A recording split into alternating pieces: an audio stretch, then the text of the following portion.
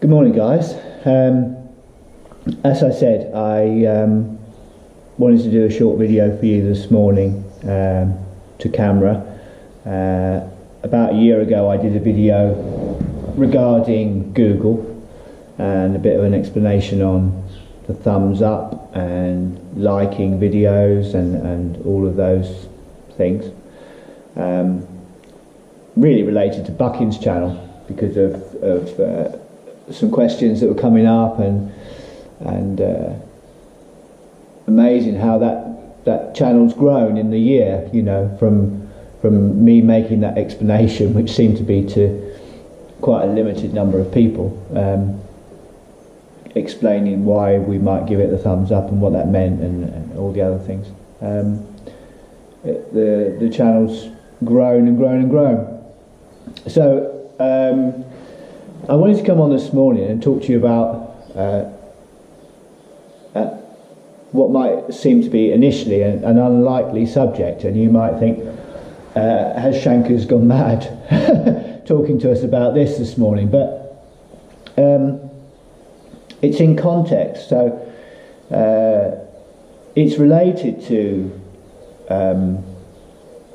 Bucking's channel, and it's related to why you guys who also come along on my little adventures, but most of you are, I'd say 95% of you are have come from Bucking's channel.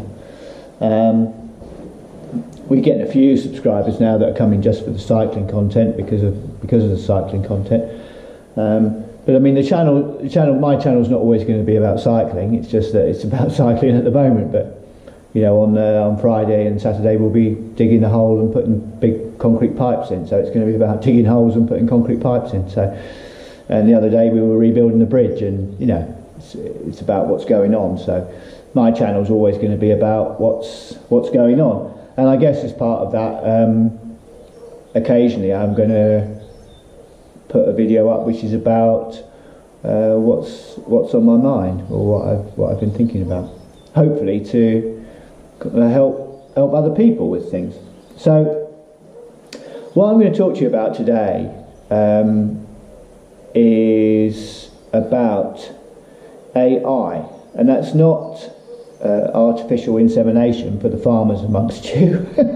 We're not going to talk about making cows pregnant. We're going to talk about artificial intelligence. Now, you're 80% of you have just gone, what? You know, what is he talking about? And how does that relate to me? And how does that relate to what's going on in my life in Germany, France, Belgium, Holland, Wisconsin, Texas, Memphis, Chicago, British Columbia, Alaska, you know, wherever you may be, Japan. It does relate to you, and much more so than you know. I'm going to put some links in the description of this for those of you that might want to look into these things a little bit further. But it's in context. We're talking about artificial intelligence in context. So the situation is that Google, some of you will know, some of you don't know, some of you aren't interested, but Google have Google X, and Google X is their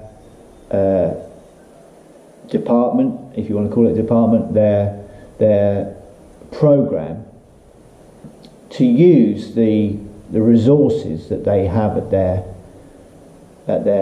disposal, almost infinite resources, especially in terms of information, because they are, and there's no denying, they are the definitive search engine. They are the way that people search the library. So they are the librarian. They have become, perhaps always were, the librarian.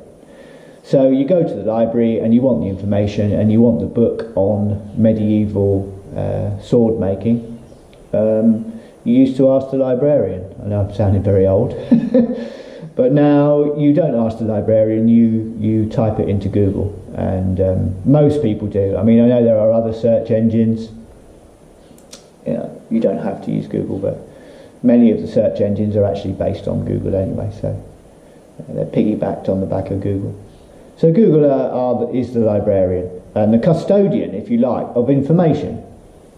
So they have been at the forefront, along with other manufacturers, electronics manufacturers, engineers, etc., at the development of AI, so artificial intelligence. Artificial intelligence is here. Make no mistake about it. It's here. It's here. It exists.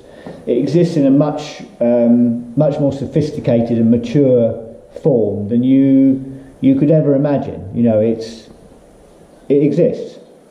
Now, I mean, if I couldn't have sat here 10 years ago. I couldn't have sat here and made this video.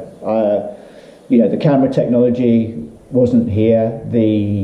Well, it was, but I mean, it wasn't so easy. You could do it on your digital camera. You could record video. But the ability to record video, to post it up, to have a medium in which you can post up your information wasn't there. It doesn't exist in the way that it exists today. And the fact that I've got a wristwatch on that basically does all of the sport facilities that I used to have on a specific device 10 years ago, with a heart strap and a particular watch that gave me all of that information for training, etc., now exists within an ordinary watch. And not only that, people can call me on this watch. I can receive telephone calls, I can receive emails, I can receive messages, I can navigate. The idea of that 10 years ago was science fiction. It could be imagined, but it was, beam me up, Scotty, wasn't it? It's like flip the communicator and beam me up. And we're not quite there yet. We're not quite transferring ourselves from one location to another. But you couldn't have imagined that would happen. On a completely waterproof device that you wear on your wrist, that you could send and receive telephone calls, and I can pay for my shopping in the supermarket by holding my watch against the card reader and having the money debited from my account.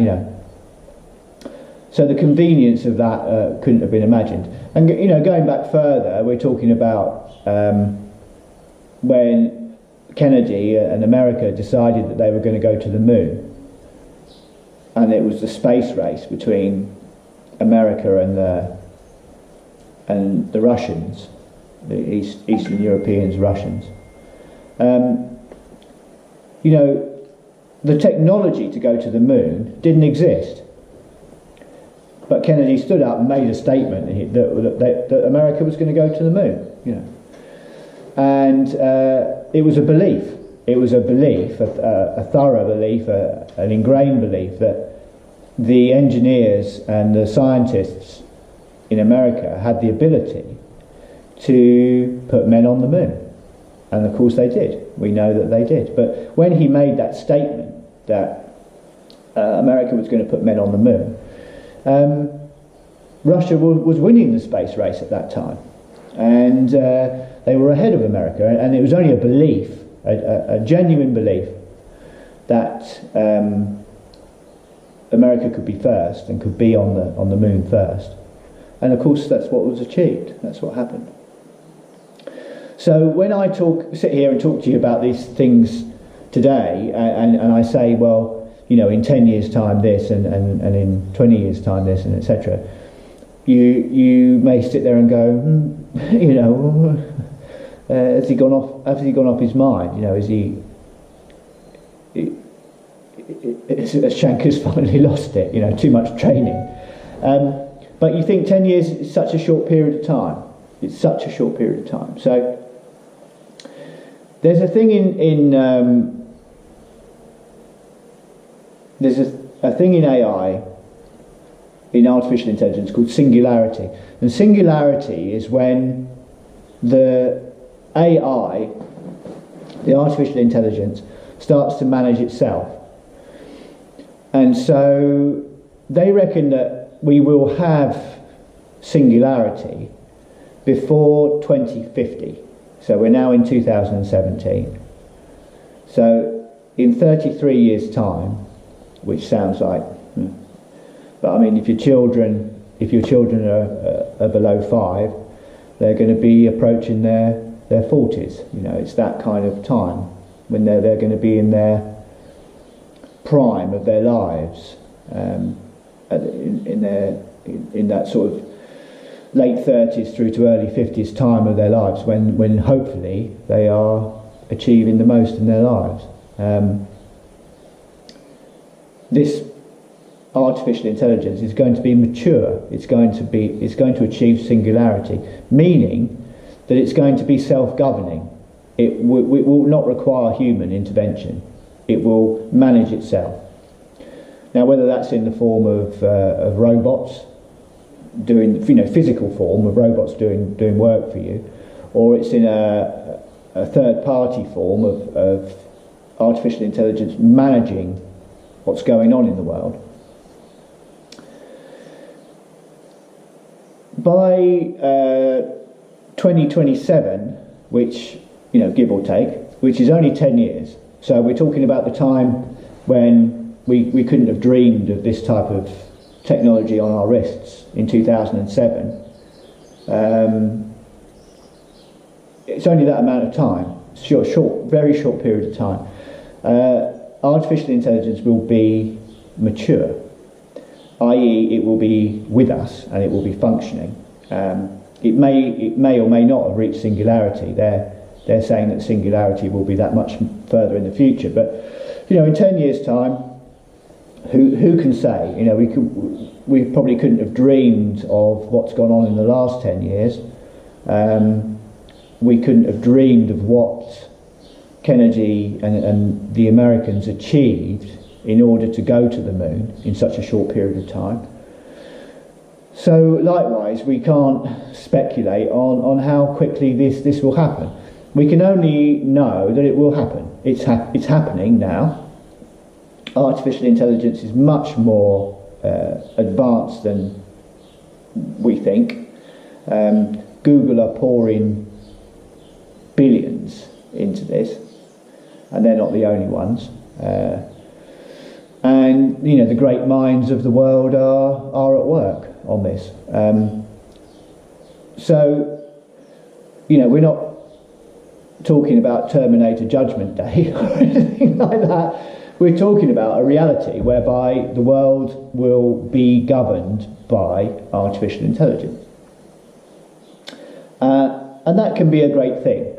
It can be a fabulous thing, However, and this is where I'm kind of coming on to the relevance, and perhaps we don't appreciate the relevance of certain messages that we are receiving now from a lot of different people. But one of those people who now has 21,000 and growing followers, subscribers, people who believe in the messages is Bucket. So let's just use him as an example, because he's someone that's known to us, and he's it's a demonstration of people perhaps realising that they need to do something, but not really knowing why they need to do something. And the message of considering each other people, as Bucking puts it, being kind. That's a very simple and direct way of putting it. Why it's important. So, why is it important? Apart from just being a better human being and being more pleasant to people and being more considerate to the people around you. Let's say the people in your sphere of influence. Everyone has a sphere of influence. Everyone has a certain, number of people that they can interact with directly, whether they're the people that live in your street, people that work in your office, people that work in your company, people in your family, people in your social circle, people in a club that you belong to. But whatever that sphere of influence is, you have access to a certain number of people. And, you're able to influence those people in some way, whether that's sharing your opinion or making them feel better about themselves, or by having a pleasant and happy demeanour, maybe that rubs off on the people around you. Hopefully it does. So let's say that you have as an individual, you have a circle of influence, and that circle of influence may be small, it may be large, it just depends on the way you live your life. And I think perhaps by being more interactive and perhaps more pleasant in general, and having a more pleasant demeanour, and being more helpful and looking for people to help and assist if you can, however that is done, potentially is going to grow your circle of influence. You might help an old lady onto a train. You might go to the bar in the evening to have a drink, and a guy comes up to you and says, which has happened to a friend of mine, guy comes up to you and says, were you the guy that helped an old lady onto the train at lunchtime today? And my friend says yes, and the guy said, I'm her son, can I buy you a drink? He's increased his circle of influence. That small act of helping someone has shared that feeling, and it's grown.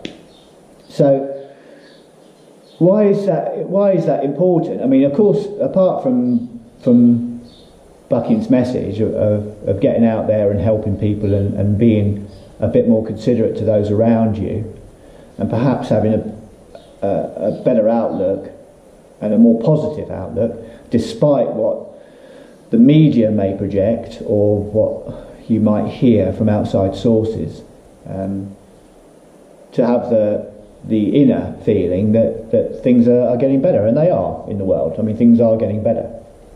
It's never been so easy to communicate with people. It's never been so easy to grow your circle of influence in a positive way, and meet more people and expose yourself to more information and learn more. It's never been easier. But why is it important? Well, let's go back to that statement that artificial intelligence will be mature in 2027, so in 10 years' time. What do you think, if you had to think about that, what do you think is happening now? So 10 years before that time. What do if you were planning to do something, so you were planning to do something, maybe you were going to go on a trip, let's say. You're going to go on a trip, you live in America, and you were going to go on a trip to Japan, and you were going to travel around Japan. What would you do? Well, you prepare. You prepare yourself for that trip, so you'd inform yourself. So you'd go on the internet and you'd research areas, and you'd go look into what you might want to do and hotels you might want to stay in, and perhaps you want to visit some temples or some historic buildings or whatever. So you do some research. Well, think about it. This artificial intelligence that we're creating, and we are creating it because we are all the human race, and we are creating this with a view to this other intelligence, which is a more logical intelligence, running our lives, running the way the world functions. that may sound frightening, and may sound like left field, like out there, you know, like, what's he talking about? But it's happening. It is happening. It's happening now. And we are now in a period, and we have been in a period, last 5 years, and now the next 10 years onward, we're in a period of information gathering. So what is, let's use Google, the librarian. What's Google doing now? Google, in order to produce the most relevant, the most pertinent artificial intelligence, is gathering information.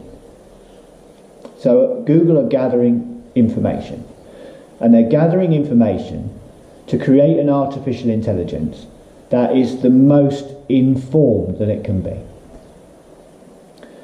So ask yourselves why, and I'm only putting this out there, ask yourselves why we have these devices now, such as Alexa, these things that are in your home that you communicate with, two-way communication, almost an intelligent communication with a device that's in your home. Why do you think that's going on? You know, why do you think that they are promoting that? They are gathering information, and they're gathering information about the human race. They're gathering information about how the human race functions. And we're not talking about gathering information about how the human race functions in downtown Chicago or in an office environment in New York. We're talking about how how families, how the human race interacts with each other. So we're in a period of information gathering, whether that's Google, whether that's whoever it is, but I'm using Google as an example because, you know, Google have become the librarians, and they are at the forefront of this. So can you imagine if all of the information that the AI is receiving through Google as an information gatherer to the artificial intelligence, let's call it a cloud of artificial intelligence,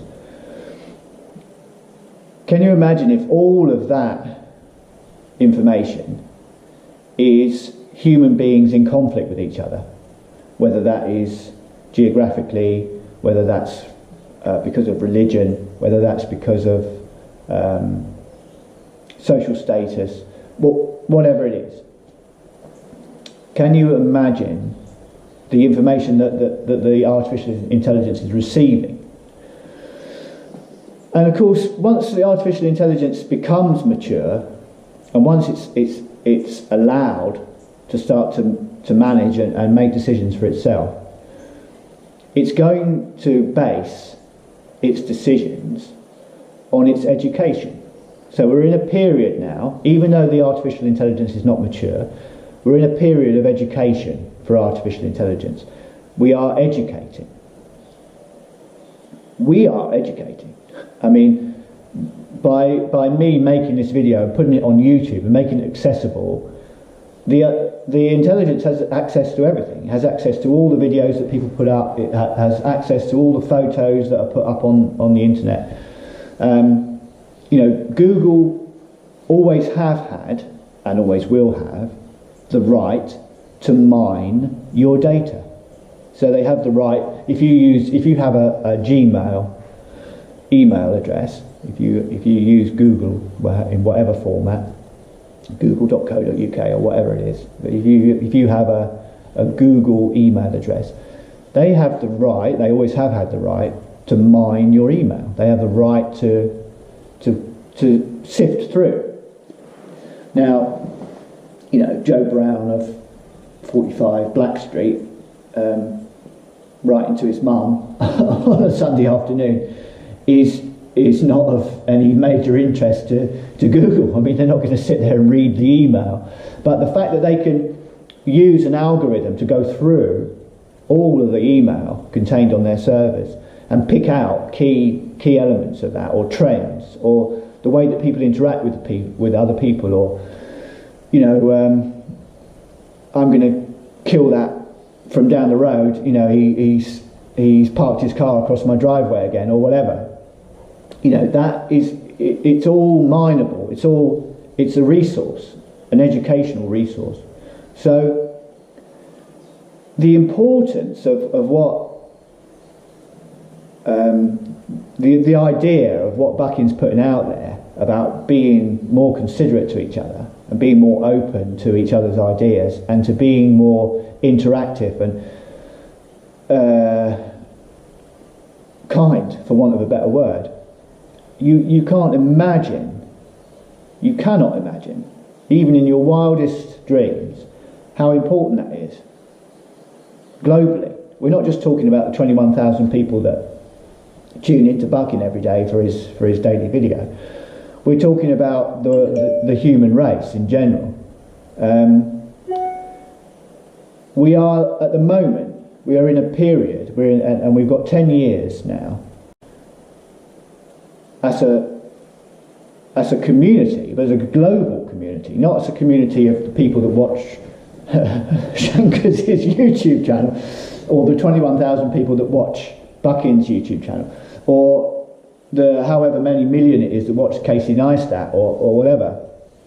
We're talking about the human race, educating this intelligence that is going to be charged with the management of the world, and it is going to happen. I mean, I'm not sitting here like some, the end of the world is nigh. It's certainly not that, but it's going to happen in the same way as that's happened, in the same way as the USA put people on the moon. It's going to happen. So we need, as a race, we need to educate the intelligence that's going to be managing the world. For not I'm 50, not so much for me. I mean, this is going to be, I'm going to be in my 60s, and then in my, well, hopefully still around when this whole thing reaches maturity. But we're talking about those of you who have younger relatives, those of you that have children, those of you that have grandchildren. It's going to be in their lifetime, and it's going to figure heavily in their lifetime. So we have an opportunity now, the human race has an opportunity now, to kind of do the right thing, and give this intelligence the basis upon which it should be able to make informed decisions. Because imagine if you had a year to educate this now, and all that this intelligence received was conflict between people, selfishness, bigotry, self-centered, religious conflict. All if that was all it received from all this information and all these sources that it's gathering, what would it do? I mean, what decisions would it make once it becomes matured? I mean, maybe it's just a ridiculous thing to say, but maybe it is like Judgment Day. I mean, maybe it decides that humans are just making a massive mess of it all. Be better off without human beings, and we all go over to running the whole thing some other way. I mean, that's just a stupid thing to say, but you understand what I'm getting at, I think, probably. So it's important. This message that Bucking's putting out is important. Now, there's a particular guy. Instead of you listening to Shanker's in his house in the south of Spain talking to you about this, Mo Gordat, I'll put a link to him in the description. I've got him up here on the computer, that's why I'm looking down. He was a business development manager, or the business development manager, at Google X. He was heavily involved in the creation of artificial intelligence and was at the forefront of that program at Google X, developing. And he's left Google X. Now the reason he's left Google X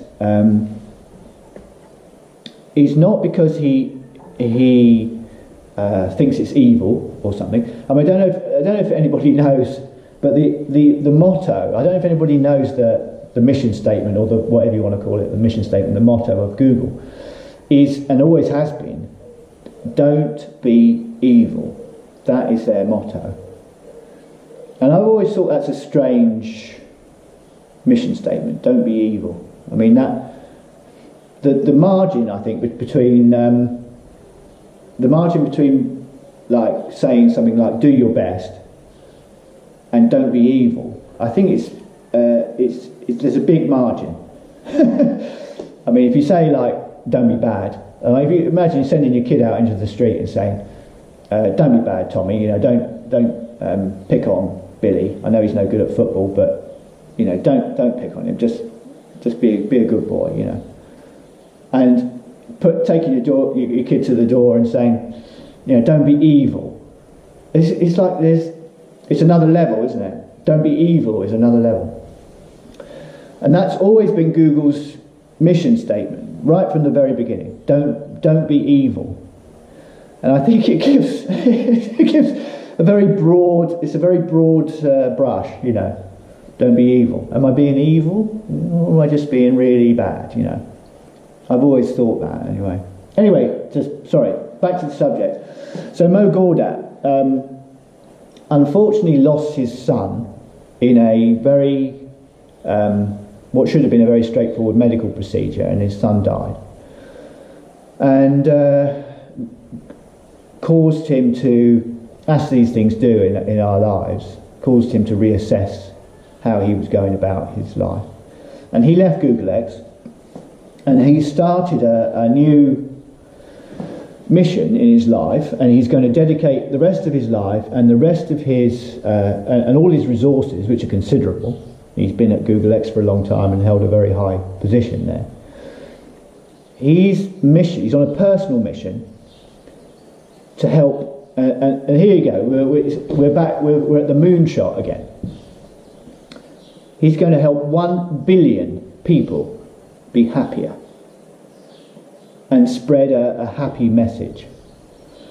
Now, why does he want to do that?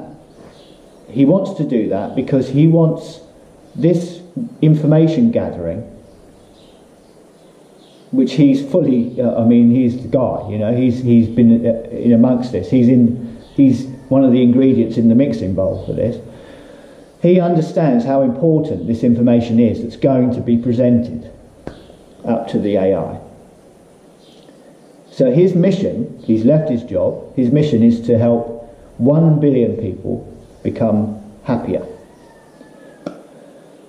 And, he's saying this may be the most important mission of our time. And if you think about it, maybe it's the most important thing you could do for yourself, for your family, for your children, for your grandchildren, for anyone that you know, your friends. Maybe the most important thing you could do in your life is to try and make their and almost anyone you come across lives happier in some way. Like Bucking says, hold a door open for people, pick up something they're trying to carry, whatever it is, just promote a better feeling amongst human beings. Because what we've been talking about for the last 30 odd minutes, it's happening. Okay?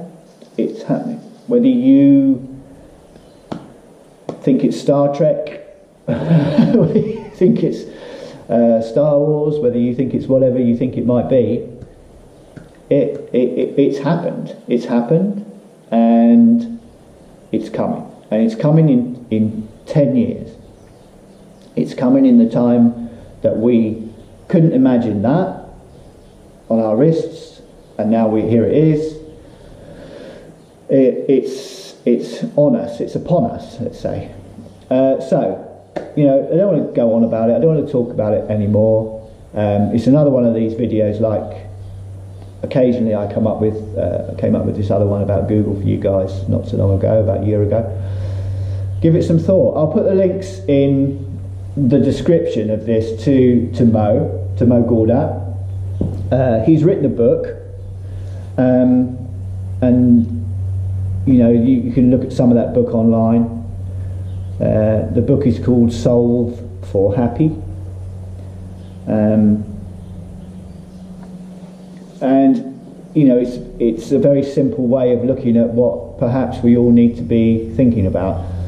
And I wanted to talk to you about it this morning because it has a lot of relevance with Buckingham's message, and you may think that, you know, Buckingham's message is a great message and it's something you want to do in your lives, but it's only affecting the people around you and those people that are in your circle of influence that you meet at work or at your social, however you socialise, or your family or your extended family, or whatever it might be. But it's not. It's having a bigger influence. We are globalised. I mean, we're already globalised. I'm talking to you from a house in the south of Spain, and you're watching this wherever you are in the world, in whatever circumstances you're living in, and I'm reaching you. We are globalised already. And these devices that people are putting into their homes, these information gathering devices, are giving this artificial intelligence a view of how human beings interact with each other all around the world. How Chinese families interact with each other, Japanese families, the kind of questions that children ask parents, the kind of responses that parents give children, what's important to people, what isn't important to people. Because you're kind of off guard, in a way. I mean, if I sit in front of you and ask you a question, you might question my motives for the question, and you might think, well, why Shanker's asking me about my bank account? You know, what does he want to know that for? You know, and you perhaps consider your answer and give an answer that doesn't give away all the information. But when you're in your own home and you say, Alexa, what's in my savings account today, and it gives you an answer, you know, where's that information going? How is that information gathered that 55% of the American population has $10 in their savings account? You know, what part of that is pertinent? And so it's important, and it's becoming more important to be positive. You know, be positive. Be positive personally. Be positive for yourself. Make your life better. Make yourself feel better about yourself, and also be positive with those around you, and try and share positivity with other people. And we need to try and give a good account of ourselves, really, as a race of people, regardless of the colour of your skin or the religion or the faith. I'm not putting. I would divide religion and faith. I think you can have faith without religion. You can have faith in yourself. You know, regardless of any of that, or geographical location or anything, we need to give a good account of ourselves in the next 10 years, or we're going to be in trouble, you know. And we're going to be in trouble. Well, you know, I haven't got long, but in 10 years' time, I won't have all that long to go. So I mean, I'm like, well, I'm out of here. But you know, children, grandchildren, the people whose lives all of this is going to affect. It's important. All right, guys. Well, Shank has stopped rambling. I hope it's been interesting. I hope it's something to think about, and I hope you see the relevance with what Bucking's doing and his message. And you know, if today 21,000 people and tomorrow 25,000 people, or whatever it is that he achieves, if that becomes a movement and a feeling, there's 25,000 of the billion that this guy's trying to. It's his moonshot, to get a billion people feeling better about themselves and sharing a positive message. So I'll put the links to this stuff in the description, and I hope you all have a very good day. And don't take it too seriously. It's not. I haven't come on here to be some kind of foreseer of doom or judgment day, but it's just to make you aware that this stuff's happening. It's happening. It's happened, and it continues to happen, and there's a very strong industry, a very strong industry feeling that it will be mature in 2027, only 10 years time, 9 years time, and we're all going to be dealing with that, however it is that we're dealing with it. So maybe give it some thought, eh? Okay, guys, I'm going to go for a ride on my bicycle. Okay, speak to you soon. Bye for now.